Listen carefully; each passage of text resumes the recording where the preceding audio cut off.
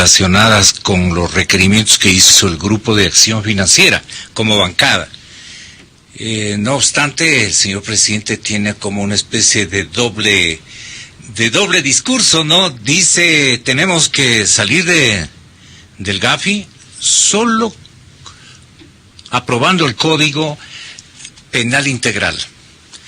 Pero parecería que reniega del Gafi y dice que esta es una entidad que se ha insertado en la soberanía de los países y de los pueblos de una manera abusiva, simple y llanamente para beneficiar las consignas del capitalismo duro y de los países más desarrollados que quieren asegurar que los dineros solo vayan para Estados Unidos o Europa.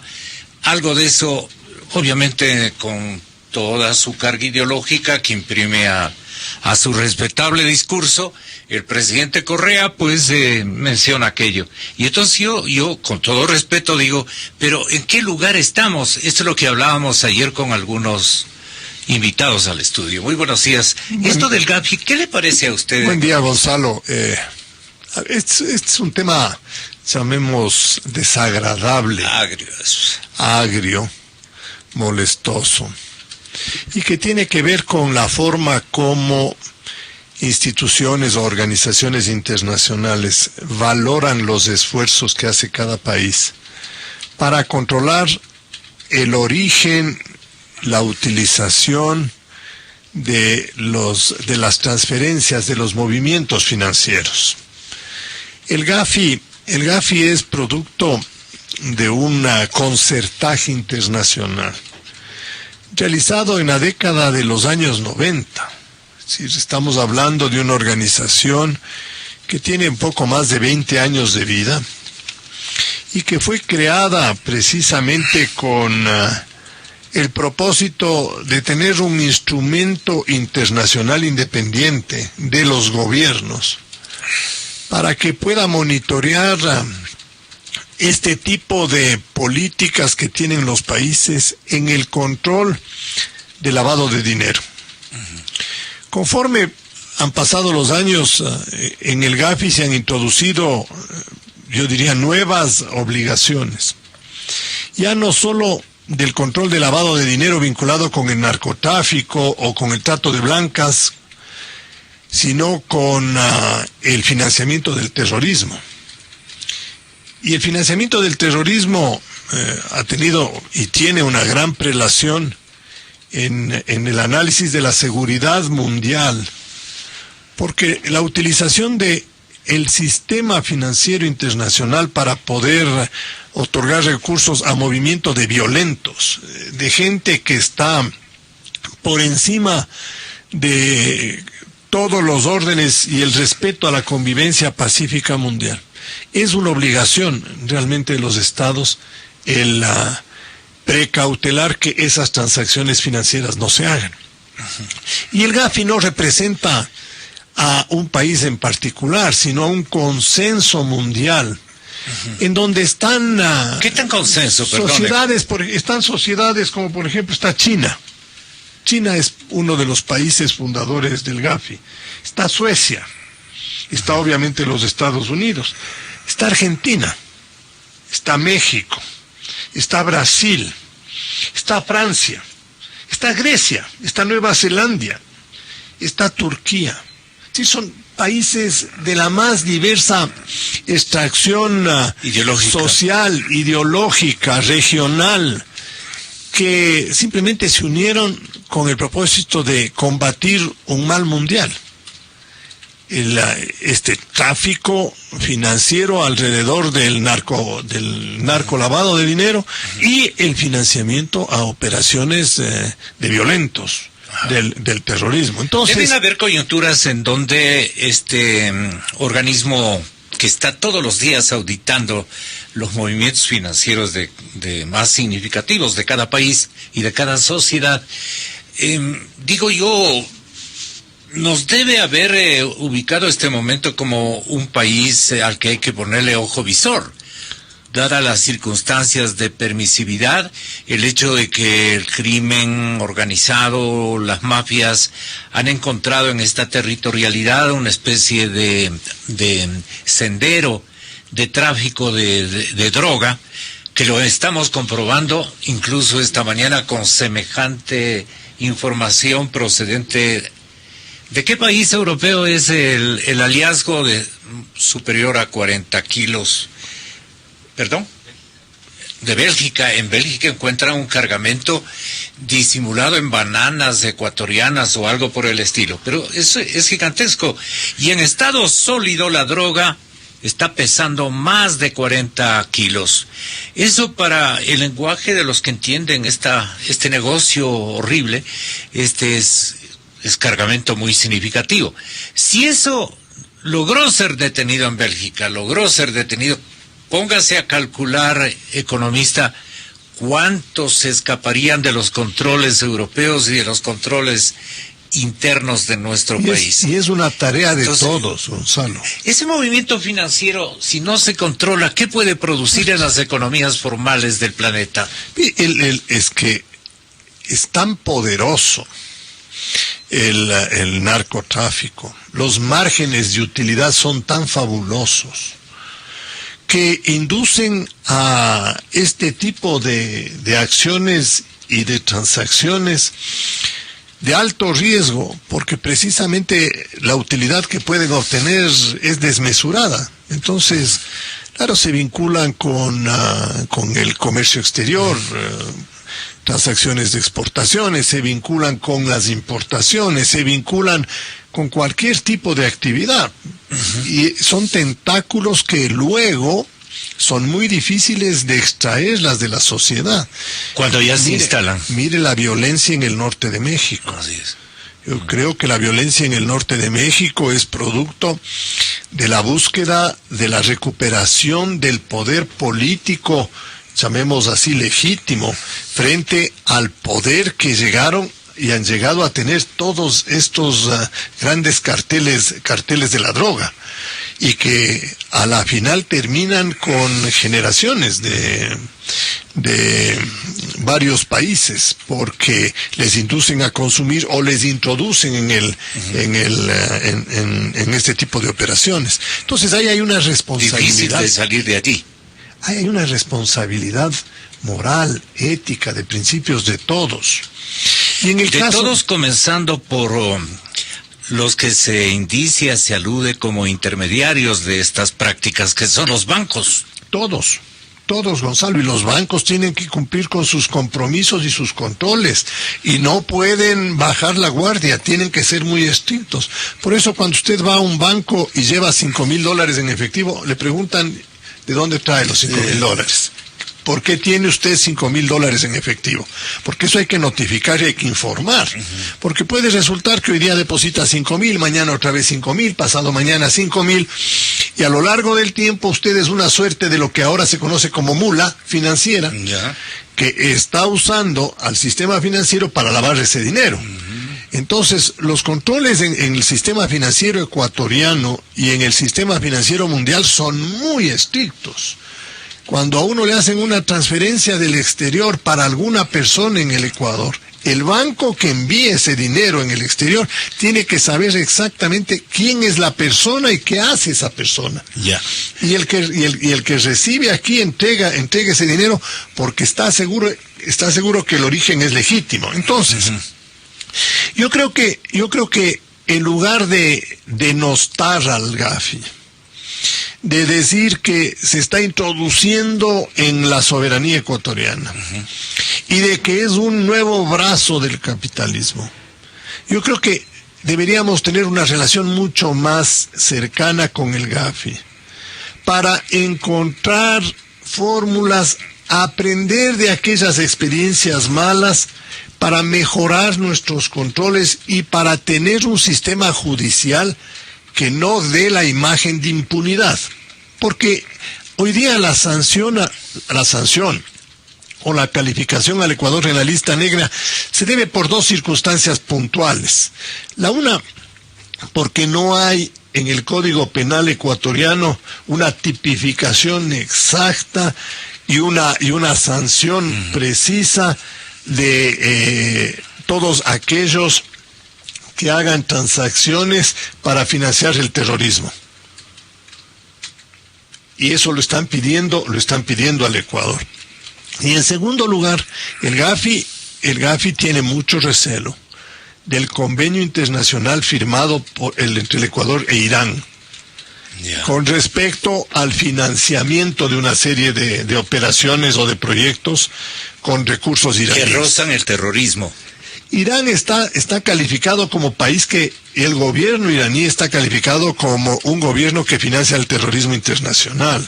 Y por eso tiene unas sanciones de Naciones Unidas. ¿Y ahí qué tenemos nosotros que ver? Nosotros no tenemos nada que ver, pero el Ecuador firmó un convenio.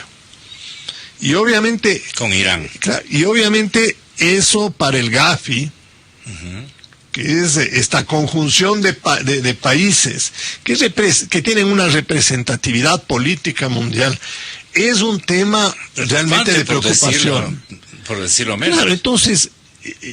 Y por eso también nos indician.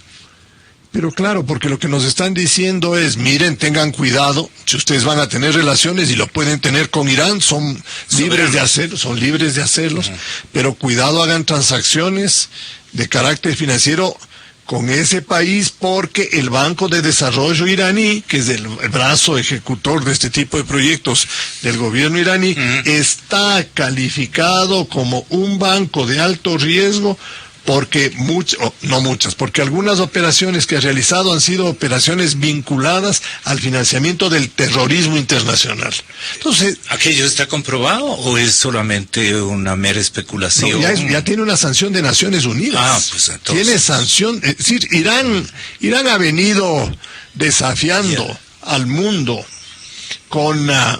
de distintas maneras, con su programa nuclear, con su resistencia a que le hagan auditorías técnicas profundas para que confirmen su afán pacifista y no la utilización del uranio enriquecido con propósitos bélicos o de armamento.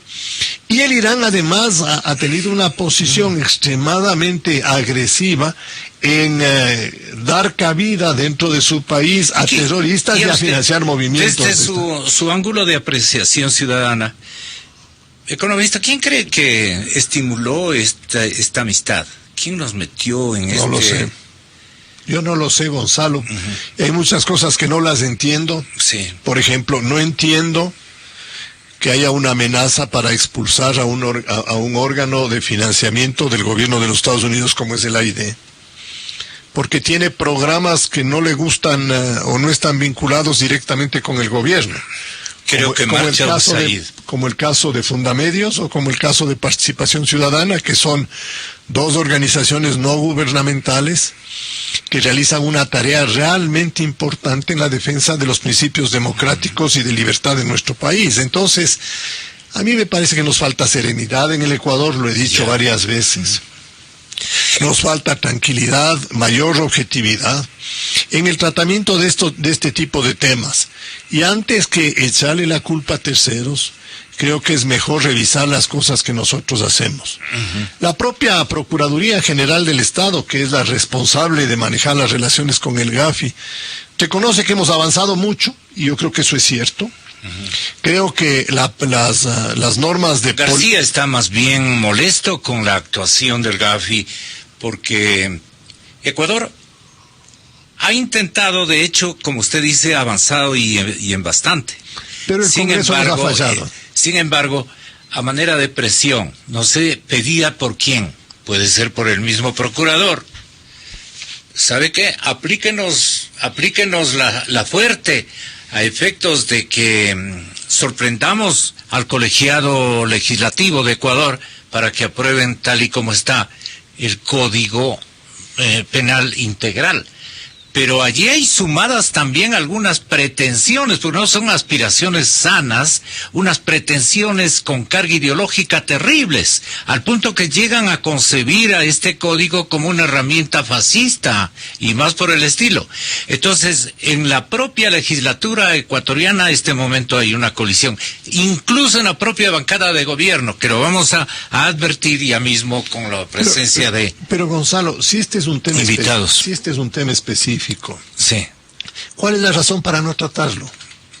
Si lo que necesitamos es hacer una enmienda en el Código Penal particular, vinculada con el financiamiento al terrorismo, para especificar de manera, pero muy precisa, tipificar este delito, para sancionar la sanción correspondiente. Y dejar bien en claro o eliminar todo tipo de, llamemos así, de tema que pueda generar alguna duda sobre la forma y el fondo de la intencionalidad nacional de combatir a este tipo de transacciones horribles, espantosas. Más bien dejemos escrito hagamos las reglas.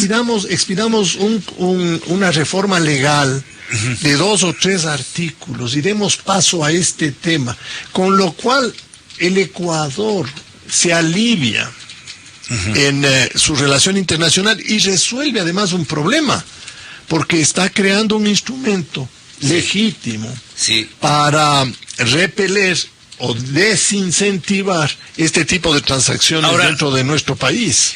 El señor presidente de la Asamblea Nacional, Fernando Cordero, para muchos compatriotas tendrá la razón. E incluso yo le doy un tanto de razón. ¿Por qué el Gafi tiene que imponer reglas dentro de un código ecuatoriano? No, no tampoco. Tiene por qué. Pues. Es que si uno mira así las Él dice cosas, claramente, no hay espacio para un nuevo parche. Lo correcto es debatir en profundidad un nuevo código. El Gafi no tiene por qué poner reglas.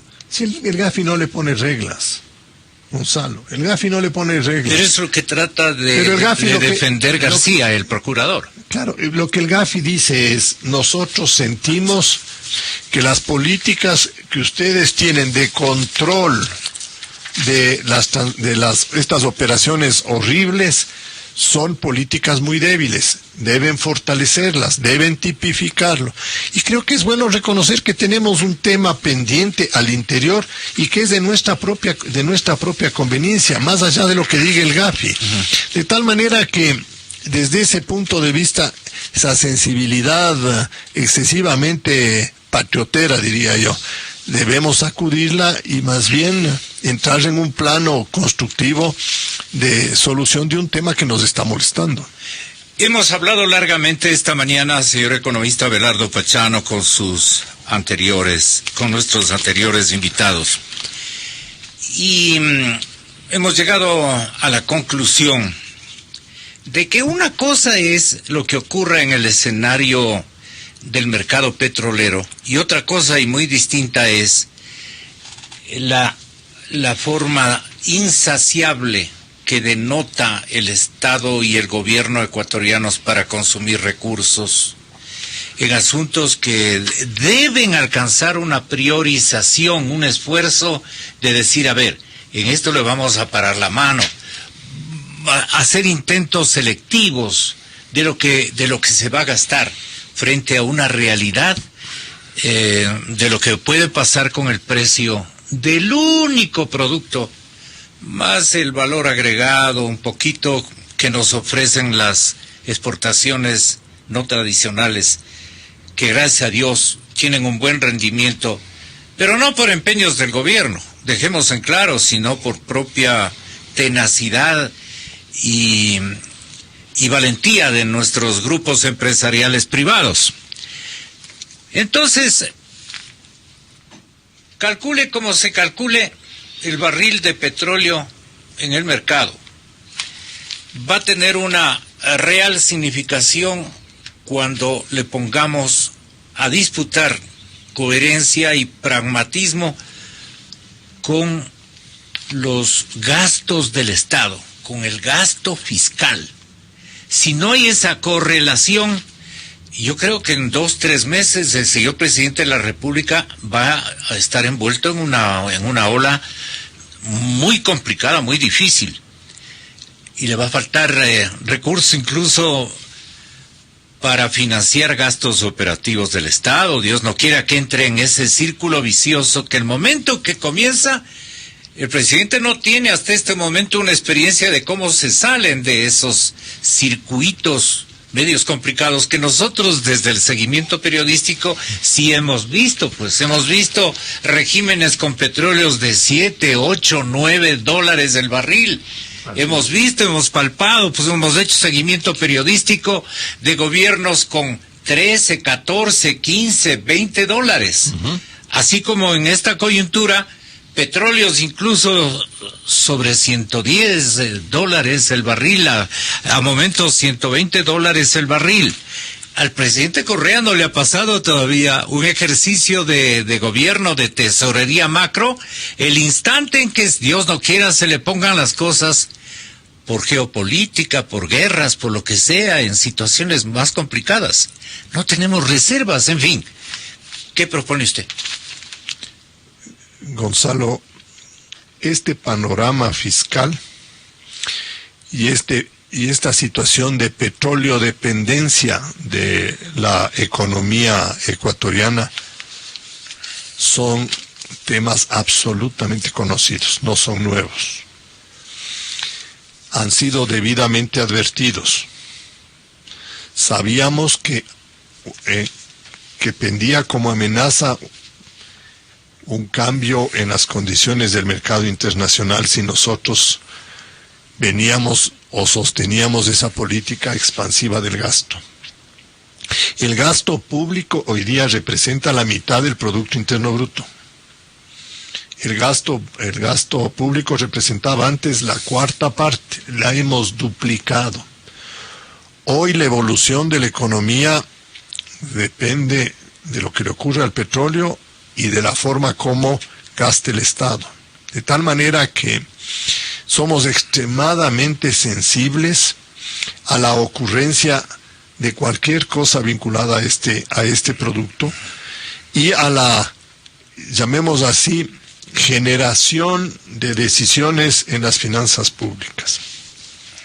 El Estado ecuatoriano ha venido recibiendo recursos provenientes de la exportación de petróleo de una manera extraordinaria desde hace 6 o 7 años. El mercado petrolero ha sido muy generoso con el interés nacional. Y creo que nosotros como país hemos perdido la sensación de que vivimos en una sociedad de escasez. Aquí se cree que hay recursos para todo. Y de que la escasez desapareció yo diría, la fijación de una política económica.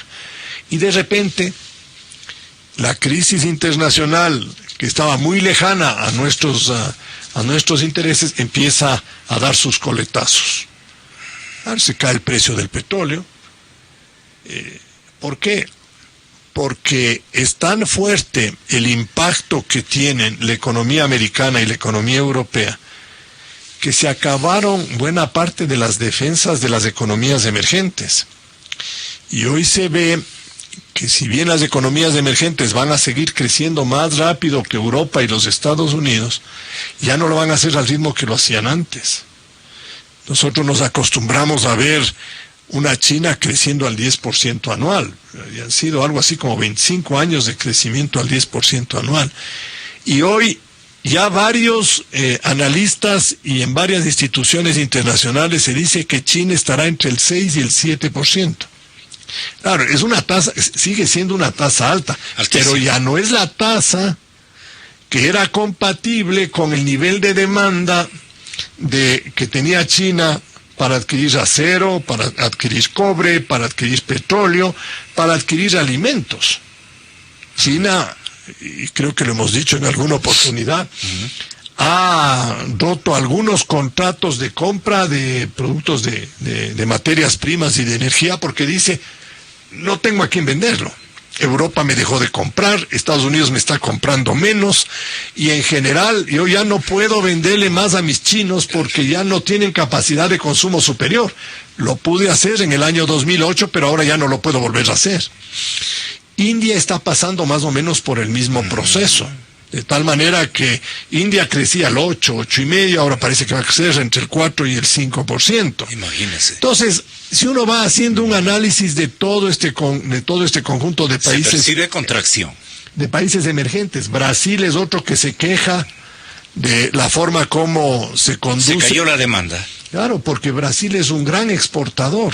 Así es. Y la forma como están conduciendo la solución los europeos es con recesión. Entonces, Brasil dice, oigan, ustedes están metiendo un freno tan grande que me están impactando a mí también. Entonces, en ese sentido, la perspectiva de precios altos de nuestros productos de exportación es menos, yo diría, positiva.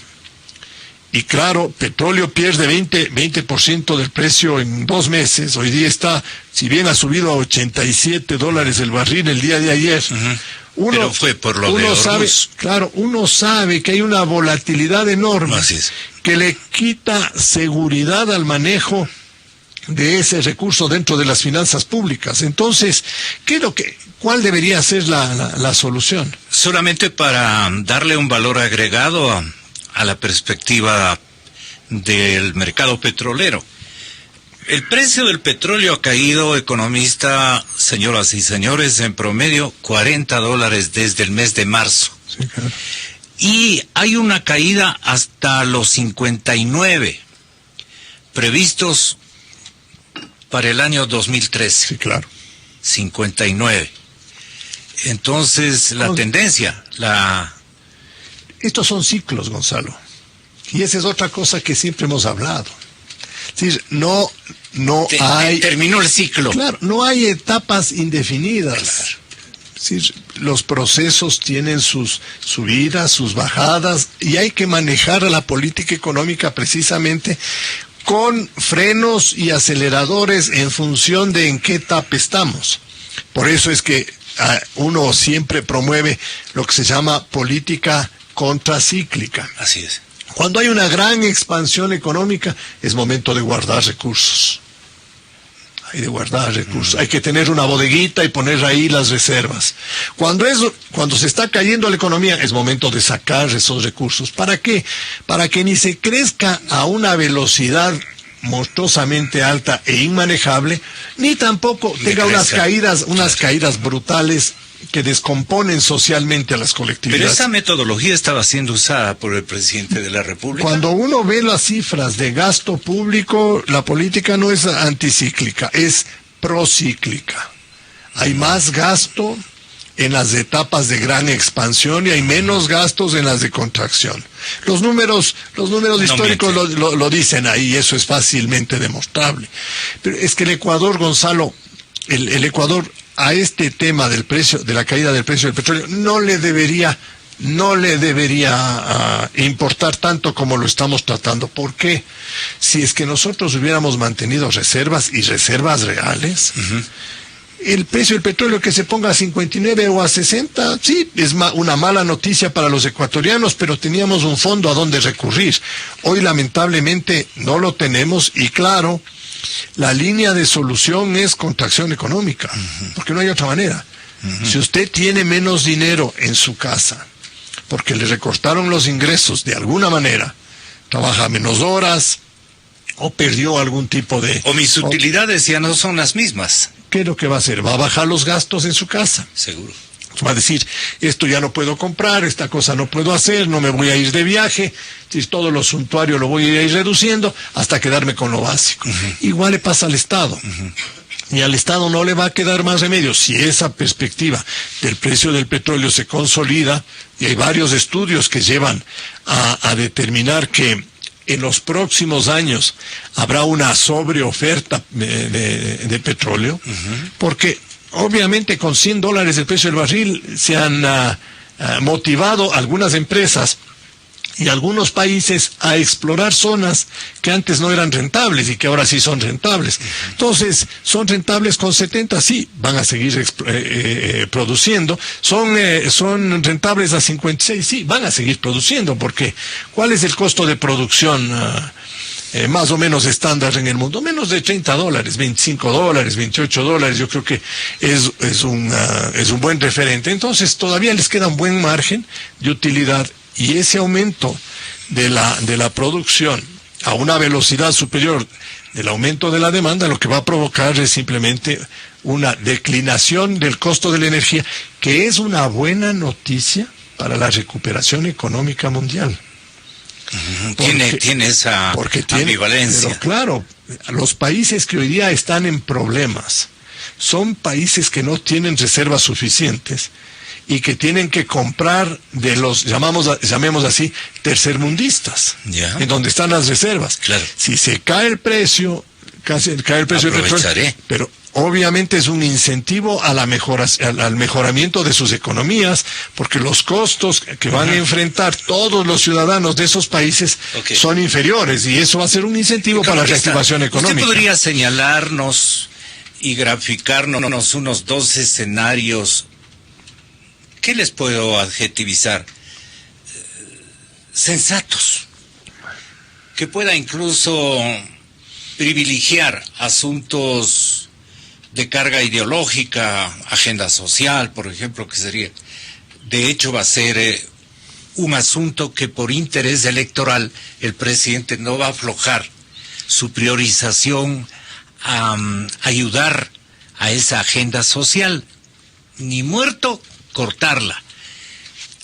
¿Cuáles pueden ser ahí los escenarios? ¿Qué puede estar cortando? Agenda de inversiones, claro. Gravísimo también, claro. Gravísimo también. Es decir, ¿cuántos escenarios tiene el presidente Correa para actuar?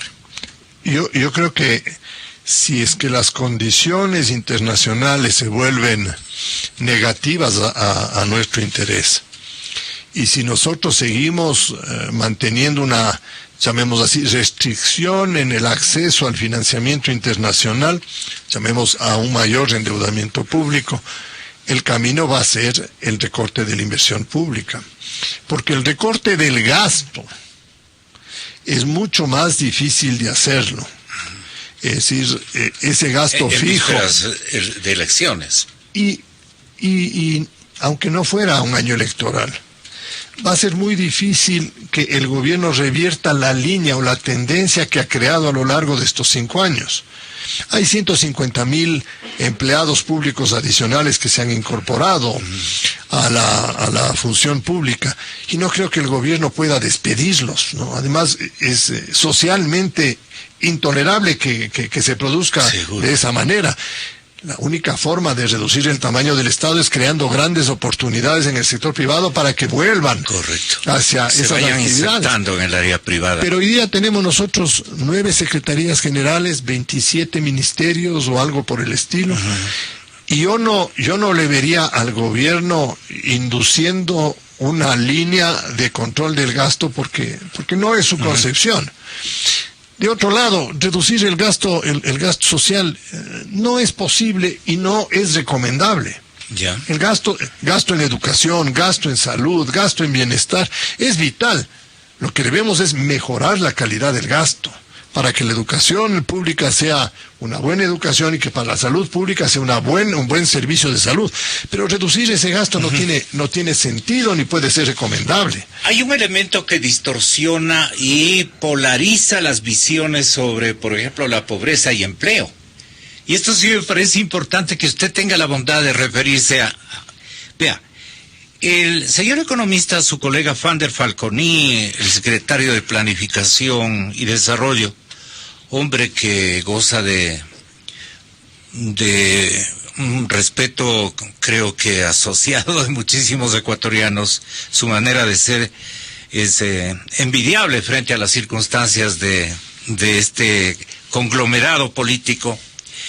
Él dice que el desempleo que tiene el Ecuador es el más bajo de la región. A ver, ¿cómo? Sí, dice Fander, tenemos el desempleo más bajo de la región. Por primera vez en Ecuador se ha logrado que la tasa de ocupación plena supere el subempleo. Esto ha dicho el funcionario, y agregado, el desempleo en Ecuador se situó en 4,9, casi 5% en marzo del 2012, y el subempleo en 43,9. según la estadística registrada por el INEGI. También ha destacado que la incidencia del trabajo infantil en el país se ha reducido del 17% en diciembre del 2006 al 9% en diciembre del 2011. Pero pese a ello, el nuevo responsable regional de la FAO, Raúl Benítez, llamó la atención de Ecuador en el tema de erradicación del hambre. Según un estudio, los indígenas de América Latina sufren 3 veces más hambre que el resto de la población y tiene que ver con la dificultad para acceder a los alimentos y con una pésima distribución del ingreso. Ahí le caen organismos internacionales que nada tienen que ver con la política interna de nuestro país, pero que le dicen también a la Secretaría de Planificación, revise bien las cifras prácticamente. Nosotros no estamos viendo así el panorama. Vea lo que dice en términos de conceptualización de la pobreza a la ecuatoriana el precandidato presidencial, el señor Lasso. La pobreza en el Ecuador cubre a más de 4.400.000 ecuatorianos. Y definamos qué es ser pobre. La definición oficial es pobre una persona que gana $75 o menos. Cuando la canasta familiar tiene un costo de $588 y suponiendo que 2 de 5 miembros de familia trabajan, con $160 no alcanza ni siquiera para la canasta familiar básica. Por lo tanto, desde mi punto de vista, el número de pobres en el Ecuador es mayor. Es mayor que 4.400.000, porque alguien que gana $300 al mes cuando la canasta cuesta 588, no puede. Pues, ni siquiera puede llevar alimentos a su casa, claro, o la totalidad de los alimentos a su casa. XFM. Era una intervención en la cadena CNN en el programa del señor Cala, el ciudadano cubano norteamericano que trabaja en esta importante cadena. Y como vamos a terminar, economista, le hago solamente conocer algunas apreciaciones y comentarios de las redes sociales que nos han llegado. El gobierno debió, dice Tatiana Romero, el gobierno debió entender lo vulnerable que es el mercado petrolero y fomentar el ahorro y no el despilfarro en contratos dolosos, subsidios y bonos. Marcelo Tapia Escobar, bueno, por lo menos debería subirse el precio del tanque del gas. Es imposible pensar que vale menos que una Coca-Cola. Debe dejar de gastar tanto y ser más serio para que venga la inversión extranjera. Es lo único que nos salvará del próximo déficit. Así aprecia Marcelo Tapia. Raúl Yepes, si el precio del petróleo baja, pues el gasto debe bajar. Y pedimos cordialmente entonces que en lo que se deje de gastar sea en propaganda del gobierno. Redes sociales en la cadena Democracia, 2 visiones sobre la pobreza. Fander Falconi dice que estamos bien, incluso señala una tasa de crecimiento de 4.9. Que vamos a salir este año con 4.9, casi 5. Bueno, esa es la estimación de gobierno. La estimación de CEPAL es un poquito más baja. CEPAL dice que estaremos creciendo entre el 4 y el 4.5%. El Banco Mundial es, en ese sentido, mucho más negativo. Austero. Él dice 3. El Ecuador estará creciendo alrededor del de 3%. 3.5. Claro, el año pasado crecimos cerca del 8%. Hay algunas explicaciones sobre ese indicador, en especial la gran incorporación del sector de electricidad y agua, que creció al 31%, y el de la construcción, que tuvo un crecimiento del 21%. Entonces, el 2012 va a ser un año de desaceleración económica evidente. No va a ser... Pero no para quebrarle la caja fiscal. No, yo no creo que estamos ante una situación de angustia, pero yo sí creo que al Ecuador le falta el encontrar un justo medio de manejo de los recursos públicos y de determinación del papel del Estado en la sociedad. Está, yo diría, incorporando obligaciones que son secundarias dentro de la responsabilidad pública. Seguir creando empresas públicas para determinado tipo de actividades que son propias del sector privado, como una empresa para exportar banano, o una empresa de medicamentos, o que una empresa minera, en fin. Yo creo que desborda la capacidad que tiene de gestión y de control del Estado y llega luego con resultados que son frustrantes porque se han mal utilizado muchos recursos públicos que podían haber sido canalizados para resolver los problemas sociales.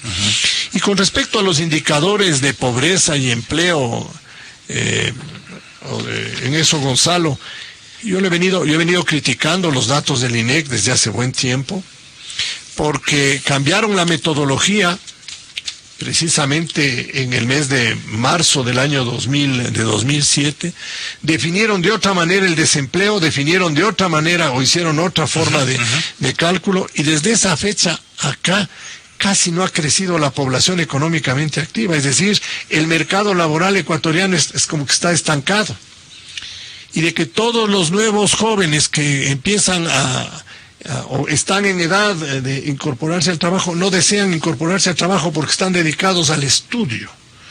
Pues yo creo que aquí hay un problema metodológico profundo que genera una duda sobre la certeza de los datos que tenemos en el mercado laboral. Y lo que más nos conviene a todos los ecuatorianos es despejar esas dudas, para que los indicadores sean indicadores transparentes y no reflejen el interés de ninguna parte, sino que reflejen el interés colectivo. Que no nos ocurra a nosotros lo que ha ocurrido y está ocurriendo en Argentina, en donde la manipulación de la inflación, del indicador de inflación, llegó a ser tan intolerante que las organizaciones internacionales y las revistas especializadas decidieron dejar de usar los indicadores oficiales argentinos y pasar a utilizar los indicadores de institutos privados. Porque mientras el gobierno dice que en Argentina la inflación es del 10%, los institutos privados y la gente siente que la inflación es sobre el 25%. Entonces, pierde credibilidad el indicador, distorsiona el análisis económico y afecta a las decisiones de política económica. Porque una cosa es tomar una decisión con una inflación de 10 y otra tomar una decisión con una inflación de 25. Igual aquí, una cosa es pensar que no hay desempleo y luego ver que por 100 vacantes en el cuerpo de bomberos, 4 cuadras, 18,000 aspirantes. O por pocas vacantes en la policía, 25 o 40,000 aplicantes. Entonces uno dice, oye, si ya no hay desempleo, ¿cómo hay que esta masa de jóvenes desesperados por encontrar un trabajo? Algo no cuadra, algo no está bien. ¿Qué podría estar mal en la Secretaría de Planificación? De que la Secretaría está utilizando los indicadores que provienen del INEC.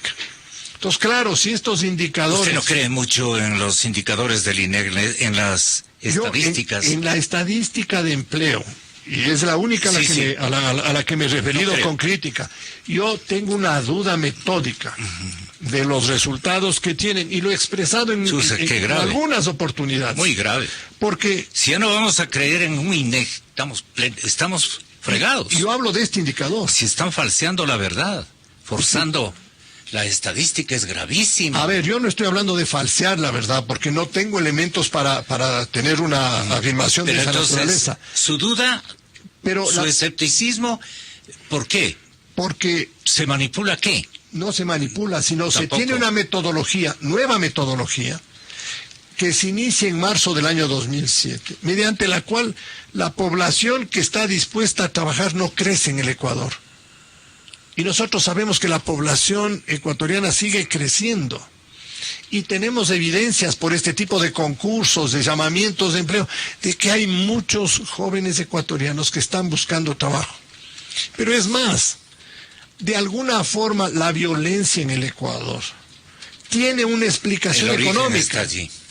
No es que la economía está mal, pero el desempleo. Debe haber un factor económico coadyuvante en el fenómeno. Entonces, desempleo, violencia, no hay nada que hacer. Entonces lo que yo digo y lo que me he manifestado en algunas oportunidades, este indicador y no hablo de ningún otro, este indicador es un indicador que debería, cuya metodología de cálculo debería revisarse en profundidad, tendría que analizarse con todo el detalle, porque no es dable que de pronto los estudiantes ecuatorianos hayan decidido no buscar trabajo y dedicarse solo a estudiar. Y en economías mucho más, llamemos así, estables, como Chile, los estudiantes siguen buscando trabajo mientras estudian. De tal forma que no hay condiciones macroeconómicas o de cambio en la estructura social ecuatoriana como para pensar que ahora los hogares ecuatorianos son tan buenos y sólidos que pueden permitir que sus hijos solamente se dediquen a estudiar. Y eso no es cierto. Y esa no es una verdad. Entonces, el análisis sobre las bondades que tiene la política económica en el campo del desempleo es un análisis que tiene que ser manejado con mucho mayor cuidado, y por eso vienen los comentarios de los organismos multilaterales, sí, cuando dicen, a ver, un ratito, tengan cuidado con lo que están diciendo. Y eso no es injerencia, porque creo que siempre es importante tener a un crítico que le diga a uno qué cosas le parecen bien y qué cosas le parece mal en todo tipo de actividad, y tener abierta la mente para poder receptar eso y introducir las enmiendas que sean adecuadas. Sin encolerizarse. Principio democrático, ¿verdad, Gonzalo? Claro. Cuando a uno le señalan las debilidades, uno en el fondo se molesta. Sí, uno no va a decir que no es así. Se pone en el fondo, por lo menos foco, ¿no? Claro, uno se molesta, pero si le dieron en el clavo, y si uno encuentra que tiene razón, uno tiene que enmendarse. Se retira de la plática silbando, sí, para claro, disimular. Así es. Abelardo Pachano, gracias, Gonzalo, gracias. gusto. Muy amable economista por estar acá. Señoras y señores, ahora vengo con distinguidos representantes de la Asamblea Nacional. Van a estar con los